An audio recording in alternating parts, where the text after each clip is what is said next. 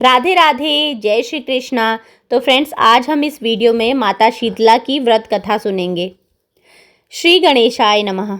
एक बार शीतला माता ने सोचा कि चलो आज देखूं कि धरती पर मेरी पूजा कौन कौन करता है, कौन मुझे मानता है। यही सोचकर शीतला माता धरती पर राजस्थान के डूंगरी गांव में आई और देखा कि इस गांव में मेरा मंदिर ही नहीं है और ना ही मेरी पूजा होती है। माता शीतला गांव की गलियों में घूम रही थी। तभी एक मकान के ऊपर से किसी ने चावल का उबला पानी फेंक दिया। वो उबलता पानी शीतला माता के ऊपर गिरा, जिससे शीतला माता के शरीर में फफोले पड़ गए, छाले पड़ गए। शीतला माता के पूरे शरीर में जलन होने लगी। शीतला माता गांव में इधर उधर भाग भाग के चिल्लाने लगी, अरे मैं जल गई, मेरा शरीर तप रहा है, शरीर जल रहा है, कोई सहायता करो मेरी।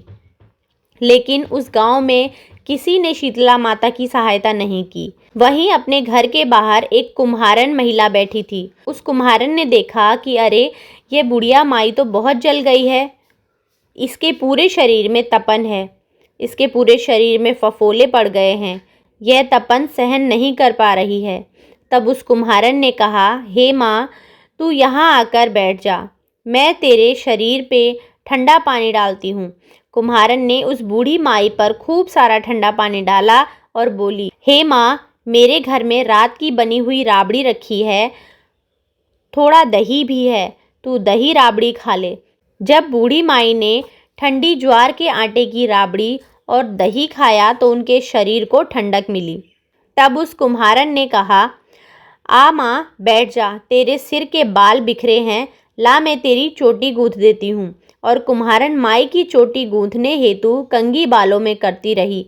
अचानक कुम्हारन की नज़र उस बूढ़ी माई के सिर के पीछे पड़ी तो कुम्हारन ने देखा कि एक आंख बालों के अंदर छुपी है। ये देखकर वो कुम्हारन डर के मारे घबराकर भागने लगी। तभी उस बूढ़ी माई ने कहा, रुक जा बेटी, तू डर मत, मैं कोई भूत प्रेत नहीं हूँ, मैं शीतला देवी हूँ। मैं तो इस धरती पर देखने आई थी कि मुझे कौन मानता है और कौन मेरी पूजा करता है। इतना कहकर माता चार भुजा वाली हीरो जवाहरात के आभूषण पहने, सिर पर स्वर्ण मुकुट धारण किए अपने असली रूप में प्रकट हो गई। माता के दर्शन कर कुम्हारन सोचने लगी कि अब मैं गरीब इन माता को कहाँ बिठाऊं। तब माता बोली, हे बेटी, तुम किस सोच में पड़ गई। तब उस कुम्हारन ने हाथ जोड़कर आंखों में आंसू बहते हुए कहा, हे माँ, मेरे घर में तो चारों तरफ दरिद्रता बिखरी हुई है, मैं आपको कहाँ बिठाऊं। मेरे घर में तो ना चौकी है, ना बैठने का कोई आसन ही है। तब शीतला माता प्रसन्न होकर उस कुम्हारन के घर पर खड़े हुए गधे पर बैठकर एक हाथ में झाड़ू, दूसरे हाथ में डलिया लेकर उस कुम्हारन के घर की दरिद्रता को झाड़कर डलिए में भरकर फेंक दिया और उस कुम्हारन से कहा, हे बेटी, मैं तेरी सच्ची भक्ति से प्रसन्न हूँ, अब तुझे जो भी चाहिए मुझसे वरदान मांग ले।